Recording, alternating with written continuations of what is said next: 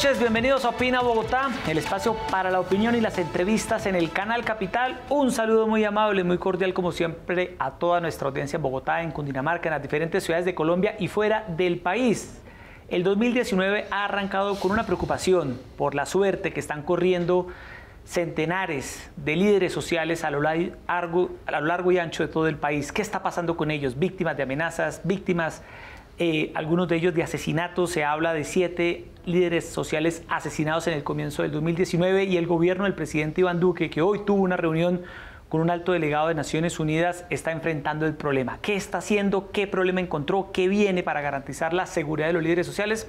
Esta noche aquí en Canal Capital nos acompaña Francisco Barbosa, que es el alto consejero presidencial para los derechos humanos y los asuntos internacionales. Doctor Barbosa, como siempre, bienvenido, buenas noches. Es un gusto estar acá, Yesid, para conversar sobre estos temas y un saludo especial a la audiencia que está y a la a las personas que nos están viendo el día de hoy. Bueno, iniciemos con las cifras. Este año se ha dicho de manera extraoficial que en el arranque del 2019 7 líderes sociales fueron asesinados. Se ha hablado, se ha dado incluso la identidad de todos ellos. Doctor Barbosa, ¿qué reporte tiene el gobierno? ¿Cuántos líderes sociales han sido asesinados este año?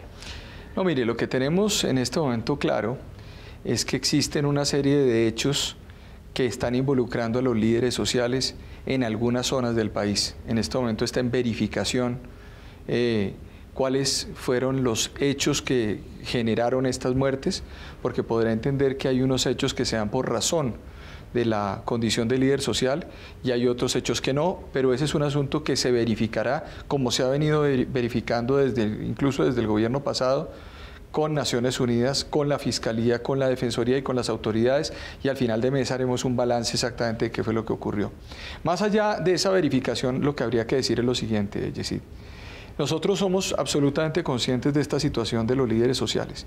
Para el gobierno del presidente Iván Duque es una necesidad, es un imperativo tratar de frenar esta situación. ¿Qué hemos encontrado? Hemos encontrado que en los territorios se presentan diversidad de violencias, unas especie de mecanismos que han empezado a poner contra la espada y la pared a los líderes sociales, entre ellos derivados, uno, del aumento de cultivos de coca en los territorios. Es una realidad, es una constatación. Tenemos más de 200.000 hectáreas de coca en el territorio. A pesar de los procesos de sustitución, existe una importante producción de cocaína en Colombia. Y esto genera, por supuesto, todos los enlaces de violencia, porque hay unos actores externos, no solamente quien siembra, sino al mismo tiempo quien da o provee todos los mecanismos para que se pueda constituir ese producto, el clorhidrato de cocaína, los cristalizadores, etc. 2, el tema de la minería ilegal. Aquí la gente olvida o no sabe algo que es muy importante decir.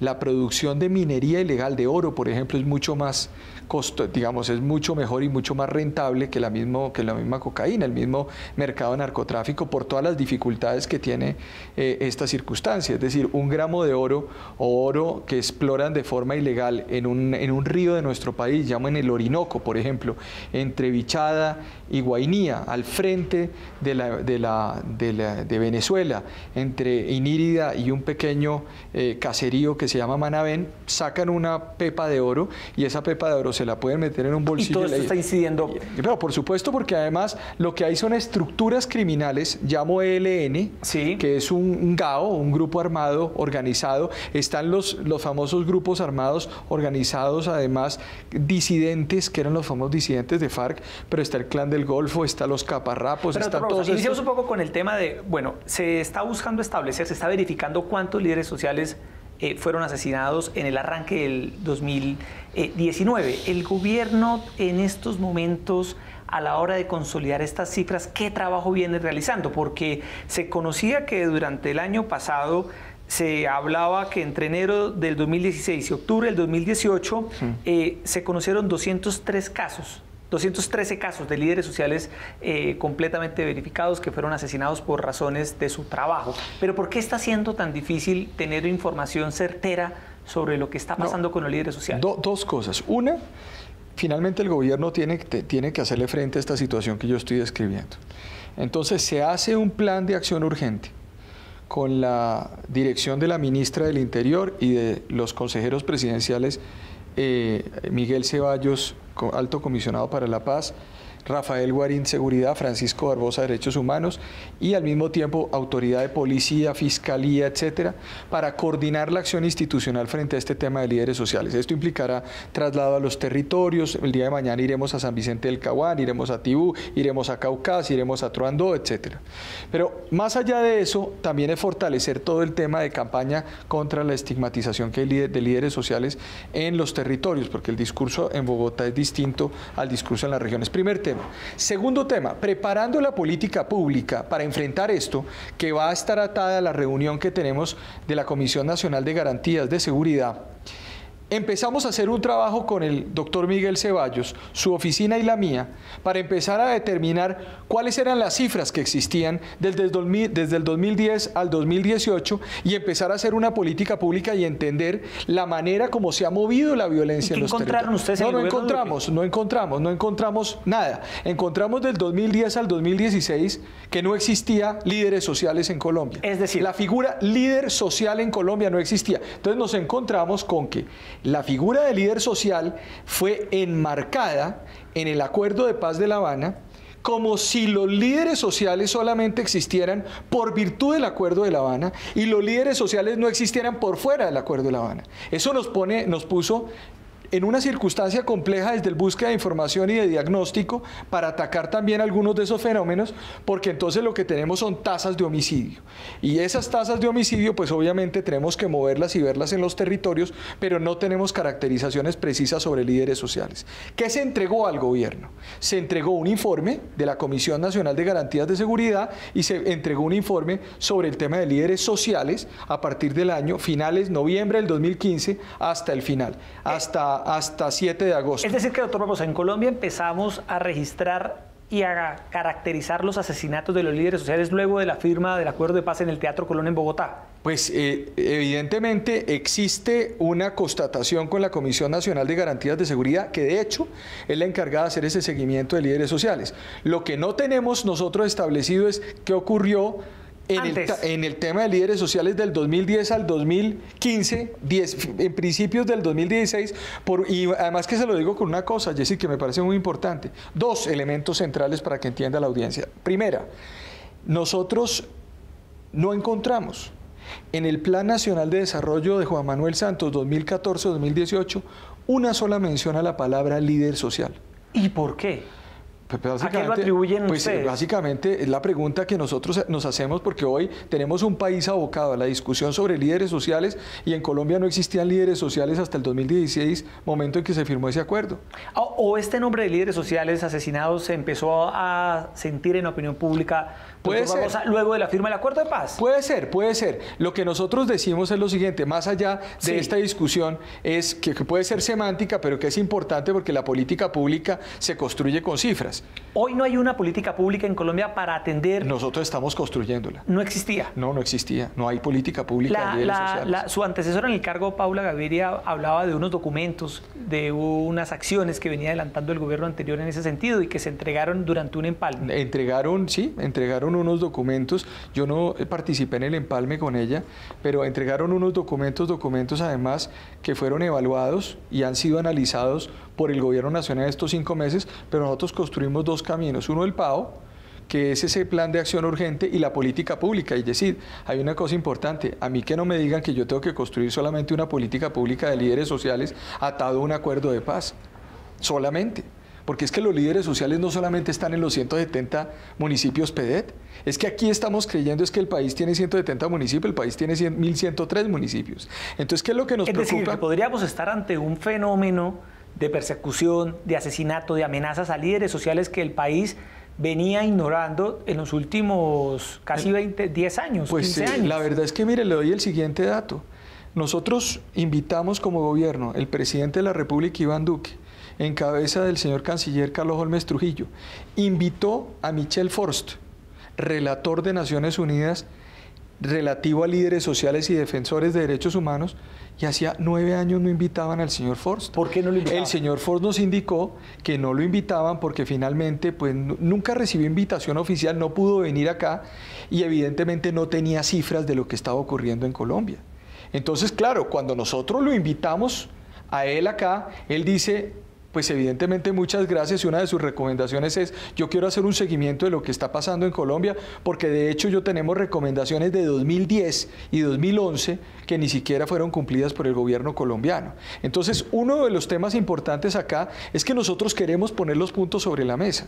Y queremos poner los puntos sobre la mesa porque es que aquí hay que decir las cosas con su nombre. ¿Han hecho ustedes un ejercicio completamente franco de salir a la opinión pero por pública, supuesto, y decir, aquí no encontramos cifras de lo que venía aconteciendo entre el 2010 y el 2016, lo que hay del 2016 en adelante se está caracterizando aún, pero lo cierto es, doctor Barbosa, y puede ser muy preocupante, pero hay que hablar con la verdad, es que a hoy Colombia no tiene completamente identificado un mapa de quiénes son los líderes sociales que han sido asesinados, por qué razón los han asesinado, qué grupo armado estaría detrás. No, ahí ha hecho una tarea muy importante la Fiscalía sobre eso. Nosotros sí tenemos ya certeza y claridad de cómo se están presentando el movimiento del tema de asesinatos de estos líderes sociales. La Fiscalía presentó unos datos que son además muy importantes, más del 53% de resolución de los casos.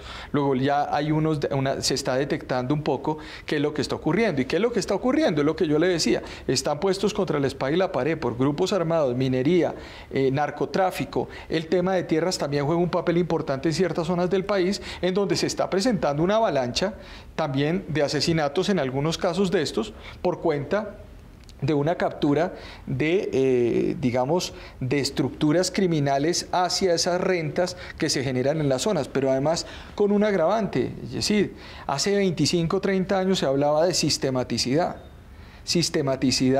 de muertes de, recuerdo yo, de sindicalistas, decían, por ejemplo, sí, claro, se planteaba el tema del sindicalismo, el mismo caso de la UP.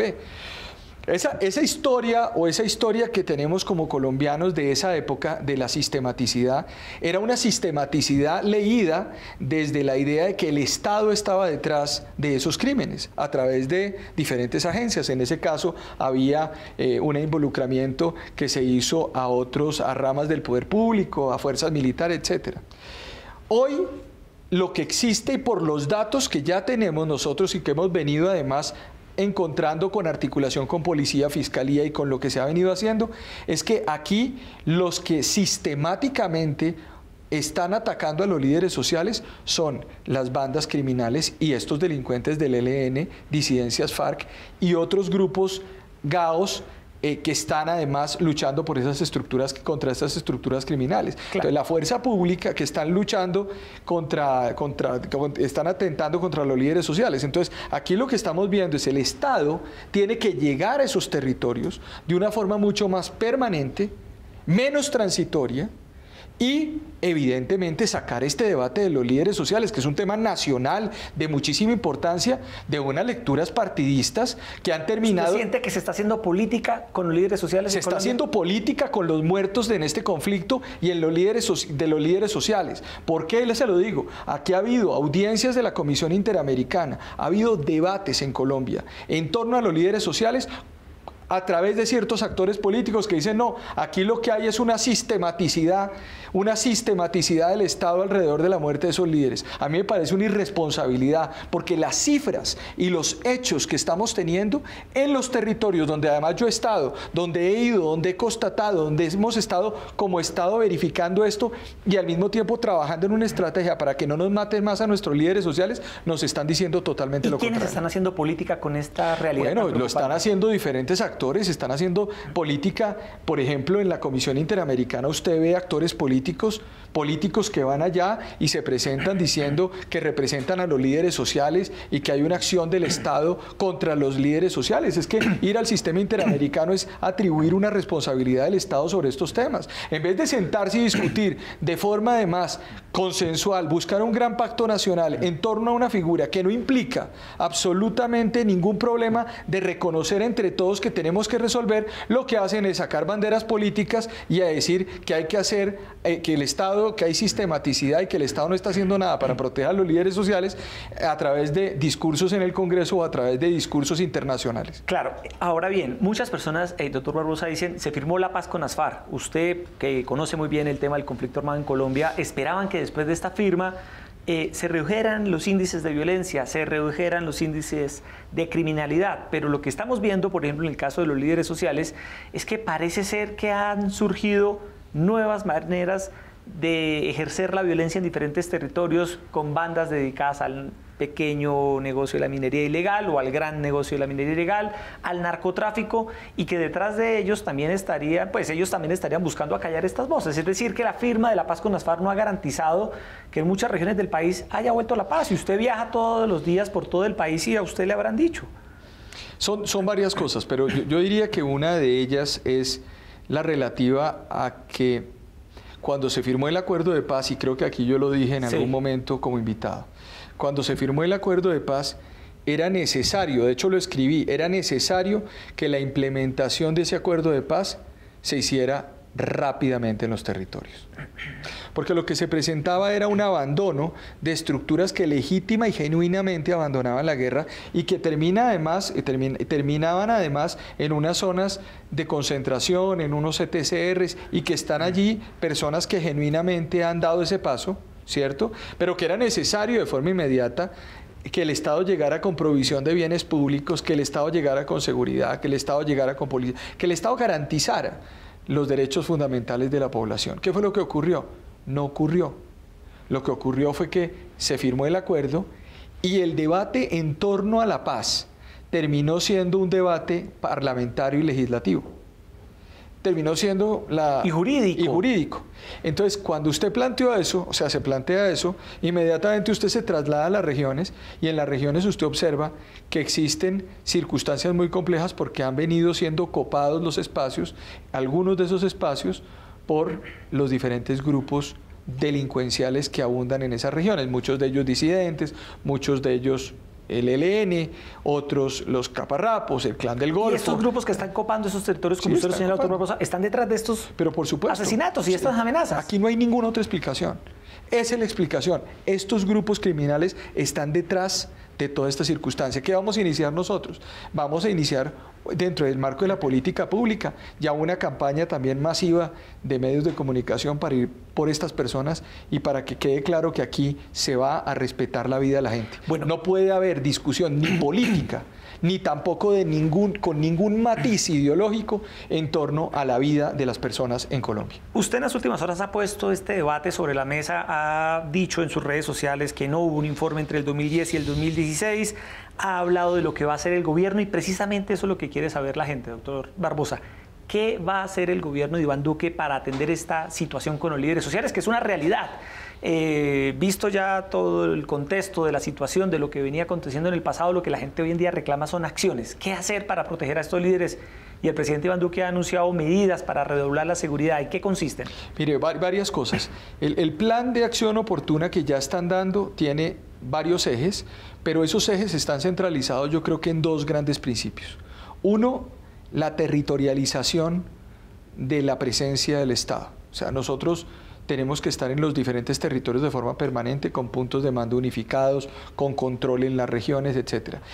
Y que llegue esto también de la mano con acciones sociales. Ahí la dirección, el Departamento de Prosperidad Social va a llegar a esos municipios y a esos lugares. Yesid, la situación no es tan compleja de entender. Cuando usted cruza los mapas de violencia con los mapas PEDET que tenemos, los líderes sociales están siendo asesinados en los municipios básicamente donde se está presentando esto.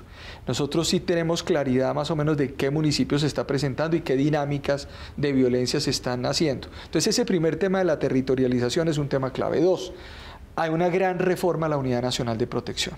La Unidad Nacional de Protección hoy está protegiendo, tiene más de 7.000 esquemas de seguridad. Yo hago la siguiente pregunta: ¿cuántos líderes sociales hay? Esa es la otra discusión que hay que darlo ante la opinión pública hoy en Colombia. Estamos hablando de que según las cifras de Naciones o los esquemas de caracterización que es necesario analizar, repensar, mirar, tenemos más de 6 millones de líderes sociales. Yo le pregunto, ¿algún Estado puede garantizarle la vida personalmente, individual, con un esquema de seguridad a 6 millones de personas? Es imposible.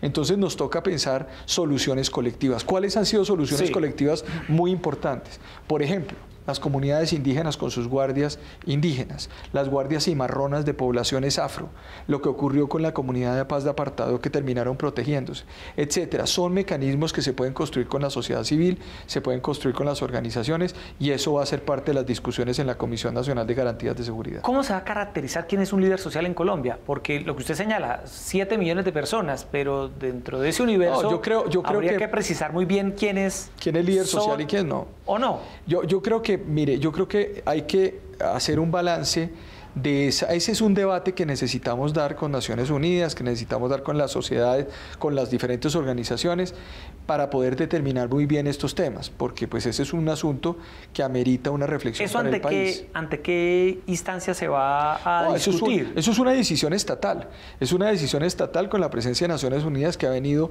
avalando o ha venido determinando quién efectivamente es líder social y quién no es líder social en el marco de estas discusiones. La Defensoría del Pueblo también ha colaborado, etcétera. Pero la disparidad de cifras que se nos ha presentado justamente por la ausencia de metodologías. Es que usted recuerda... De unas variables claras para saber... Es que volvemos al mismo asunto. 2016, el exministro Rivera decía en un mensaje el día de ayer, me decía, este es el informe que presentamos. Y en el informe que presentan dice, es que en el 2016...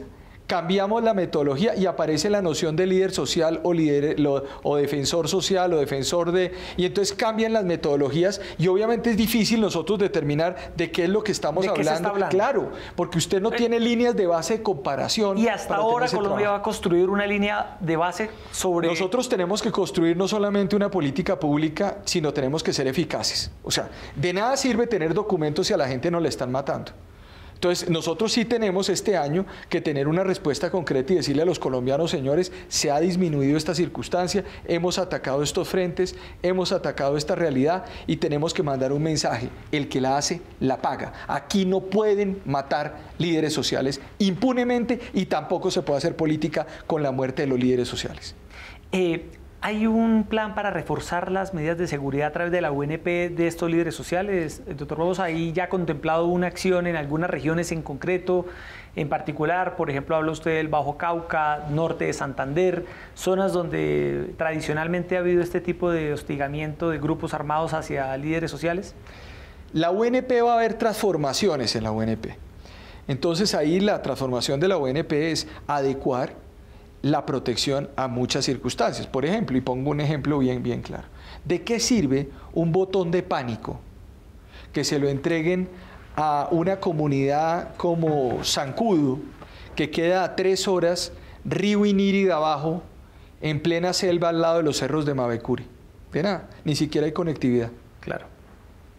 ¿Sí? ¿De qué sirve nosotros entregar un chaleco antibala o una gasolina a una persona que vive que tiene vía fluvial para trasladarse y que le dicen que le van a dar una camioneta? Pues de nada, nos toca hacer una tarea muy interesante, muy importante, y es que la UNP sí tiene que adaptarse a las realidades territoriales. Aquí tenemos problemas de todo nivel, yo lo he dicho públicamente, aquí tenemos que entender, y muchos funcionarios que están aquí en Bogotá del gobierno nacional tienen que entender también que aquí o se entiende el país territorialmente o aquí no hay respuestas. Aquí desde Bogotá yo no puedo entender la realidad de Puerto Carreño. Aquí desde Bogotá yo no puedo entender lo que está pasando en Inírida. Aquí desde Bogotá yo no puedo entender que Mitú es una isla en medio del Baupés, de que el corregimiento más cercano de Mitú queda a 1 hora y 10 minutos en avión. De que a mí me están diciendo que le apliquen los mismos criterios a Baupés, a Bichada, a Putumayo, que el que tiene Antioquia o que el que tiene un departamento como Cundinamarca en términos de percentiles, en términos educativos. Eso yo lo tengo que entender. Doctor Rabosa, para finalizar ese tema y aprovechando que también usted es el consejero presidencial para los asuntos internacionales, a hablar de otros temas, ¿cuándo estará lista esta política pública de atención a los líderes sociales? El gobierno la está construyendo, ha dicho usted. ¿Cuándo estará lista? No, ya está el plan de acción oportuna. Sí, el PAO. El PAO ya está y está funcionando y está operando. La política pública se tiene que construir, Yesid, también con la presencia de representantes de las organizaciones y expertos a la luz de lo que se derivó del decreto que construyó la Comisión Nacional de Garantías de Seguridad que surgió del Acuerdo de La Habana. El gobierno nacional lo ya hizo una reunión preparatoria y convocará, creo que para el 30 de enero, ya esta primera reunión, y es una reunión en donde se sentará con las organizaciones y les dirá, bueno, tenemos esta circunstancia, ¿cómo entre todos vamos a empezar a construir una política pública? Tenemos el PAO y tenemos esto, a ver cómo compaginamos y vamos atacando los lunares de la violencia en Colombia, por supuesto moviéndonos. De hoy, de mañana al 30, estaremos en Tibú, en Caucasia, estaremos en Truandó, mañana vamos a San Vicente del Caguán con la ministra del Interior y vamos a ir socializando. Usted también, directamente en los directamente, con la consejería. Y con la consejería vamos a ir, el consejero Ceballos, va a ir la ministra del Interior y voy a ir yo para socializar esto por una razón, Yesid.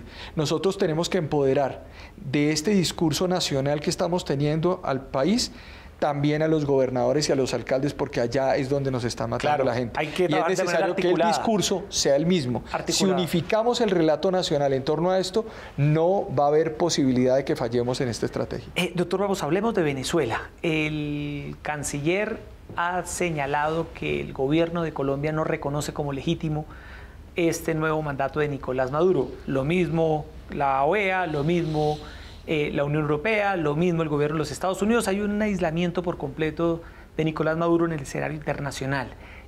¿Qué acciones va a emprender el gobierno de Iván Duque para seguir manteniendo en ese aislamiento internacional Nicolás Maduro? ¿Hay una estrategia para aislarlo por completo? Uno, como país democrático, como Estado democrático, no puede reconocer a una satrapía y a una dictadura como la de Maduro. Eso es una vergüenza para el continente, es un lunar para el continente.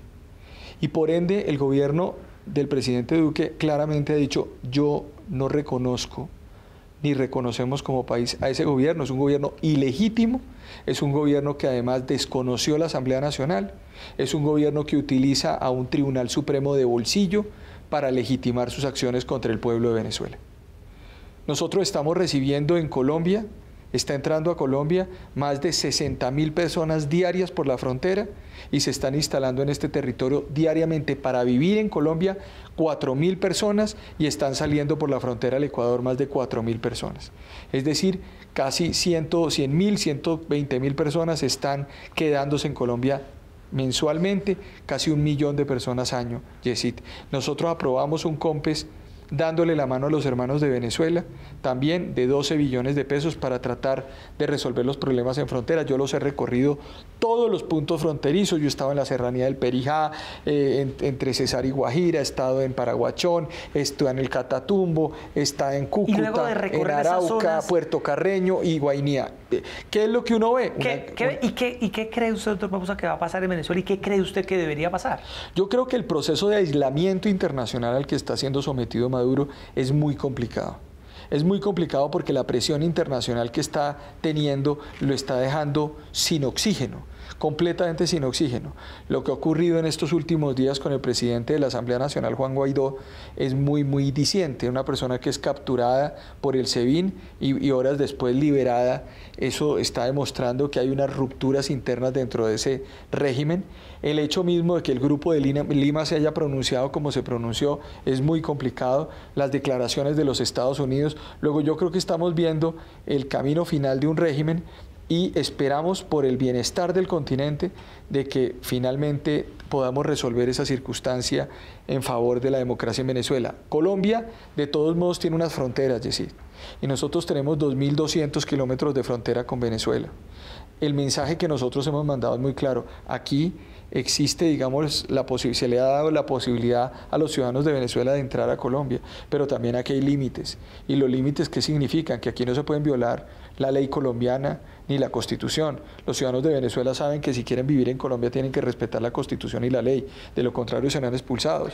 Ese es un tema que también queda claro, porque es que mucha gente ha dicho, bueno, pero es que finalmente a ellos no les asiste digamos, ellos aparecen acá y no hay ningún problema. No, ciudadano que entre a Colombia tiene que someterse a la Constitución y a la ley y tiene que cumplir con todos los parámetros. Les hemos dado la mano, seguiremos dando la mano, y hoy con la labor de Cancillería, con la labor de Migración Colombia, que ha hecho una tarea muy importante entregando los permisos especiales de permanencia, entregando las tarjetas de movilidad fronteriza, ha permitido, digamos, un movimiento en el territorio colombiano hacia Ecuador, hacia Perú, hacia Chile, hacia Argentina, hacia Uruguay, y por el otro lado, pues obviamente con unas dificultades muy grandes de ese país con Brasil. La atención a los venezolanos por parte del gobierno en general, doctor Barbosa, ¿cómo va? ¿Está llegando a un límite? Yo vuelvo y estos, académicamente, por ejemplo, cuando uno estudia estos temas de migración, Yesid, la demostración es muy simple. Cuando llega una persona, todo el mundo le da la mano. Cuando llegan 100, todo el mundo le da la mano. Pero si llegan 10 millones de personas, ya se acabó, digamos, la tolerancia, porque aparecen dos factores muy complejos o dos sentimientos muy complejos, que es el temor, y después del temor viene el odio, que son dos cosas que están atadas en estudios. ¿Qué nos ha preocupado? Nos ha preocupado que en algunos municipios de Colombia, en algunos lugares ya se presentan fenómenos de linchamiento de ciudadanos de Venezuela, ya se presentan, lo vimos por ejemplo, y le pongo el caso concreto, en Manaure, Cesar. Se presentó un caso la semana pasada. Yo estaba en el Cesar y estaba en el sur de La Guajira recorriendo algunos territorios, en Urumita, en San Juan de Cesar, en Villanueva, y me informaron que entre La Paz y Manaure, Serranía del Perijá, se presentó ese hecho. ¿Y un linchamiento? Se presentan linchamientos, riñas públicas. ¿De colombianos con venezolanos? De colombianos, pues la gente percibe que un venezolano está allí, entonces es un delincuente, y entonces se generan unas situaciones de odio. Lo vimos aquí en Bogotá hace un par de meses, lo hemos visto en municipios como Fonseca, por ejemplo. Hay algunas denuncias en Arauca, menos en Puerto Carreño y Guainía, que son otros puntos fronterizos que tenemos con Venezuela, un poco por la lejanía también que están dentro de nuestro territorio y que hacen que pues las comunidades convivan de una manera mucho más clara, pero evidentemente la gente está alterada. Quiero decir, por ejemplo, cifras. Cuando usted tiene un municipio capital de departamento de Guainía como Inírida, que puede tener tranquilamente 35.000, 40.000 habitantes, y ya hay 3.000, 4.000 venezolanos dentro del territorio, estamos hablando de una circunstancia complicada en términos de salud, en términos de educación, en términos de provisión de bienes públicos, en términos de asistencia de menores. Eso genera problemas y el Estado colombiano, pues por supuesto, tiene que hacerle frente a esa situación, porque de lo contrario se desemboca en una situación compleja. Le pongo otro caso concreto, Puerto Carreño. En Puerto Carreño tenemos 200 niños venezolanos que en este momento no tienen acceso a la educación porque no hay cupos, ni hay colegios, ni hay profesores para eso. Entonces toca resolver ese problema porque estos niños están básicamente viviendo allí. Y eso se ve en Riohacha, eso se está viendo en Maicao, se ve en Uribia, se está viendo en la zona sur de La Guajira. Yo hice un recorrido como de muchísimos municipios, unos 15, hablando con los personeros y con los alcaldes, diciéndole: cuénteme las cifras de los ciudadanos de Venezuela, cuánta gente tienen acá, en los colegios, tal. Y cuando uno ve, obviamente la cobertura no es total y se pueden generar problemas de orden público también en esos lugares, lo cual hay que insistirle a la población que hay que tener paciencia y que el gobierno nacional está haciendo todo lo posible para hacerle frente a esta situación. Doctor Barbosa, sabemos que este tema es de competencia más del comisionado del doctor Ceballos, pero lo dicen muchos sectores del país y lo reclama la opinión pública. La suerte de Iván Márquez, ¿por quién nos expulsa de la JEP? Este mensaje de que dice que fue un error de las FARC haber entregado las armas, ha caído muy mal. El propio presidente Duque dice que parece ser que Iván Márquez estuviera incitando a un nuevo brote de violencia en Colombia. ¿Qué falta para que se tomen decisiones frente a este caso?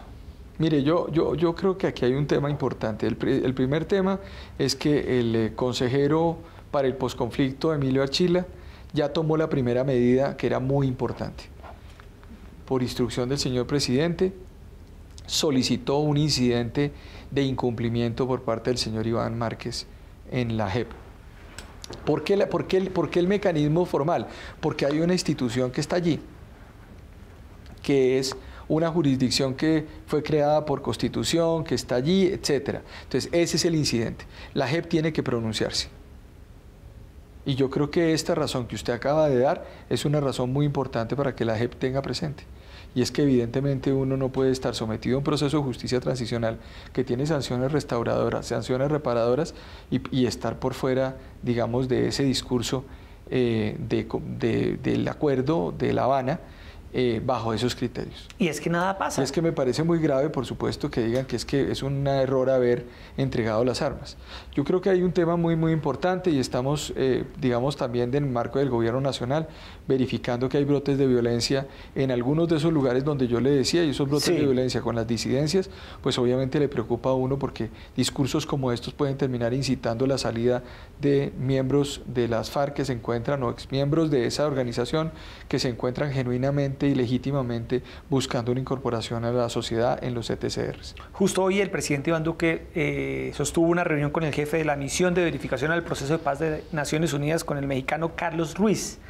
Estuvieron revisando cómo va el avance de la puesta en marcha de lo acordado en La Habana. ¿Cuál es el reporte que le entregó el presidente Iván Duque a este alto cargo de Naciones Unidas? Yo acompañé al presidente a la reunión esta mañana. Estuvimos reunidos, el presidente de una manera muy franca, muy clara, como es él, le expuso al doctor Ruiz Massieu que en qué estaba la situación de la implementación del acuerdo, las fragilidades que tiene la implementación. Muy claro hablamos del tema de los líderes sociales. Hablamos de nuestra preocupación en torno al funcionamiento de los institutos alrededor de la jurisdicción para la paz y de esa institucionalidad que requerimos que funcione, pero también fue muy claro el presidente de la República en el sentido en que está llevando también propuestas muy importantes en el Congreso de la República, como la de eliminar la posibilidad de que el delito político pueda ser conexo con el narcotráfico o con el secuestro para futuras negociaciones, porque no podemos repetir esa historia. Y eso lo hizo el presidente de la República de una forma muy clara, con un argumento, es decir, al presidente Iván Duque lo eligieron el mayor número de ciudadanos en la historia constitucional de este país, y lo eligieron con unas banderas, y lo eligieron con unas posiciones.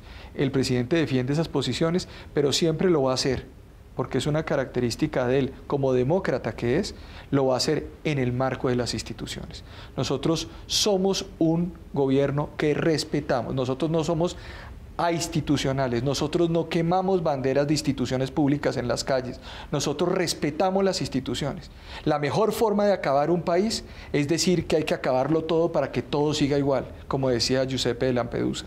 Nosotros no vamos a hacer eso, nosotros salimos en el marco de una postura en donde si hay una fricción en temas como estos, las vamos a resolver con las instituciones competentes. La pelota la tiene ahora la JEP, que tiene que tomar una decisión frente al caso de Iván Márquez, porque no tiene sentido, y eso hay que decírselo a los colombianos, ni nunca fue el propósito del acuerdo de paz, nunca, que las personas que se iban a someter a esa jurisdicción especial de paz se mantuvieran en el anonimato, escondidos en el territorio, enviando un abogado con un poder para aplazar y aplazar las audiencias. Del Paisa, de Joaquín Gómez, de Fabián Ramírez. Yo creo que estamos ante una circunstancia en la cual es menester ver exactamente qué es lo que está pasando.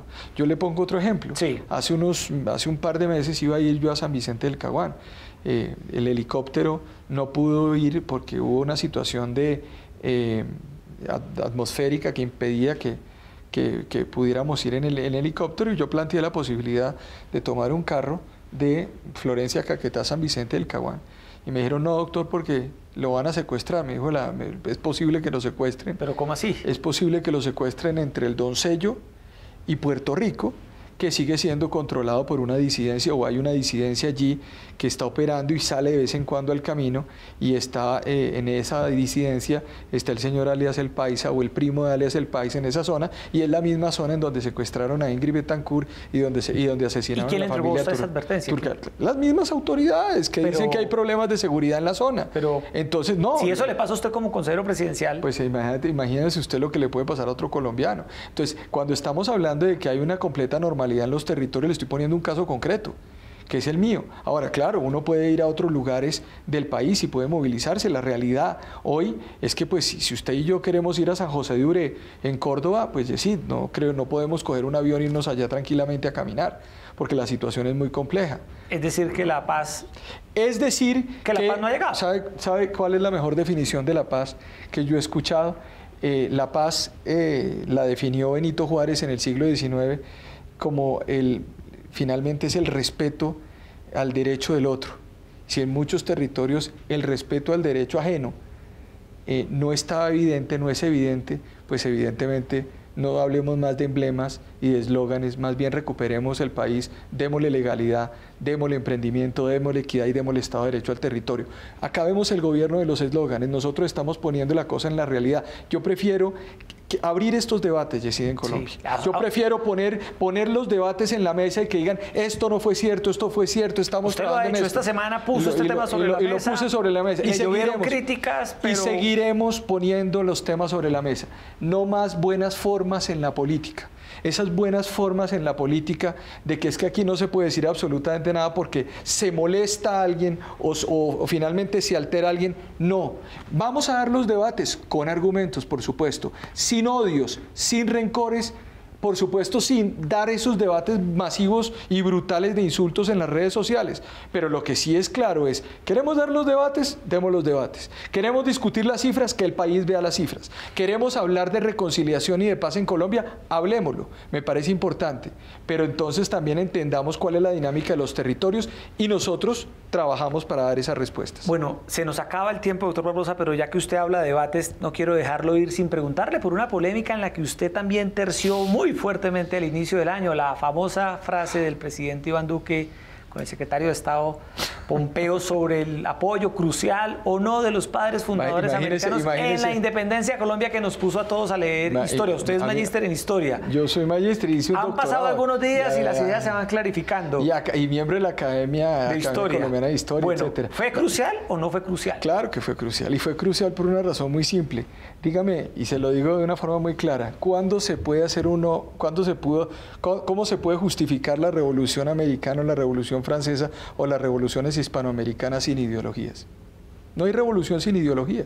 Y en los principios de la independencia, las ideologías fueron vitales. Aquí lo que querían era querían ver un pagaré, o querían ver finalmente un cheque girado, o querían ver una cuenta, o querían ver plata, o querían ver, no sé, o un documento que dijera que Estados Unidos giró o entregó una plata a un enviado para que comprara unos barcos y los trajera acá, y venían además marines de la época, porque además la gente, como tiene anacronismo, entonces cree que es utilizando los fenómenos de este tiempo, en ese tiempo, pero eso no no hubo dinero ni recursos, pero hubo un apoyo crucial, un apoyo crucial ideológico, en la medida en que básicamente nosotros tenemos y vivimos de la forma que vivimos gracias al modelo republicano, al modelo además de tridivisión de poderes que heredamos en parte no solamente de los Estados Unidos, heredamos de los franceses, heredamos de los ingleses. Entonces había una forma de enfrentar a España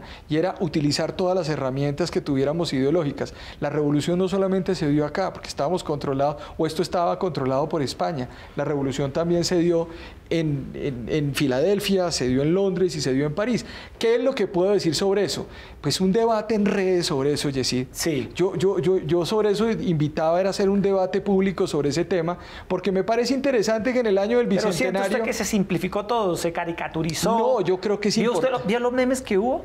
Todos. ¿Se divirtió o no? Pues claro que me divertí. Además le voy a decir una cosa. No hay nada más divertido que ver además esos memes, porque hacen parte de la libertad de expresión. Claro. Yo me divierto, usted no sabe lo de que me divierto, incluso hasta con lo que la gente dice sobre los temas.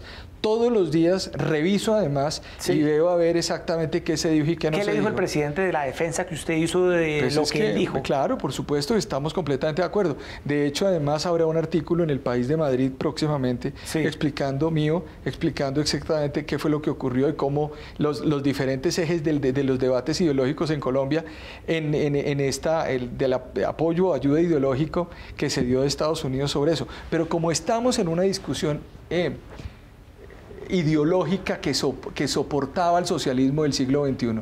Aquí uno habla de Bolívar y la gente se imagina el rostro de Chávez en sudadera.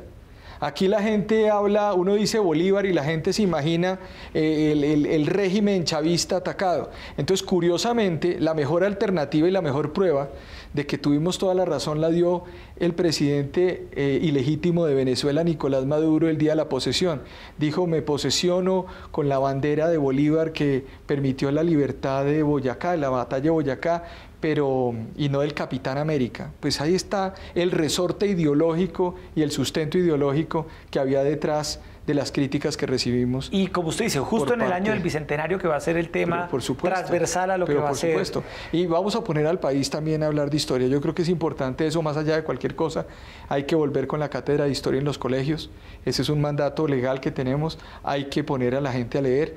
Yo invito a la gente a que ahonde estas discusiones. Mire, esto es una discusión pública, la gente se le olvida. A los 8 días ya nadie habla de estos temas. Usted que lo trae unos días después. Claro. Pero este es un asunto, hay que olvidar los temas. Este es un asunto que hay que poner en la mesa de discusión por una razón. La gente no sabe de dónde viene en Colombia. La gente no sabe sus orígenes.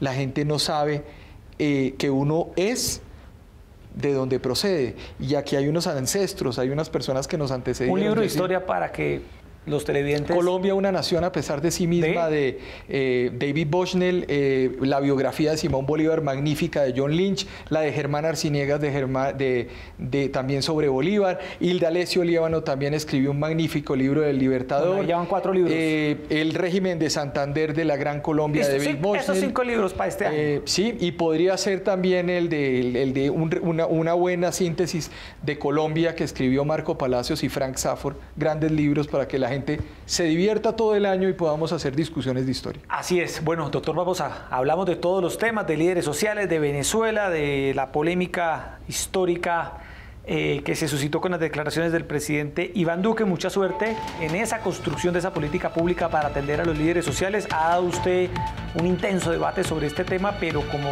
usted bien lo dice y lo dicen todos, lo importante aquí es ir hacia adelante y garantizar la vida y seguridad de estas personas. Muchas gracias y estaremos muy atentos a lo que viene en este tema. Muchas gracias, Jessy, un placer estar acá. Un saludo a la audiencia y hasta la próxima. Bueno, aquí los seguiremos invitando a todos ustedes. Muchas gracias por estar con nosotros y los esperamos mañana, una vez más aquí en Opina Bogotá, 8:30 de la noche, para conversar sobre los temas que le interesan al país, a Bogotá y a todos ustedes. Muchas gracias.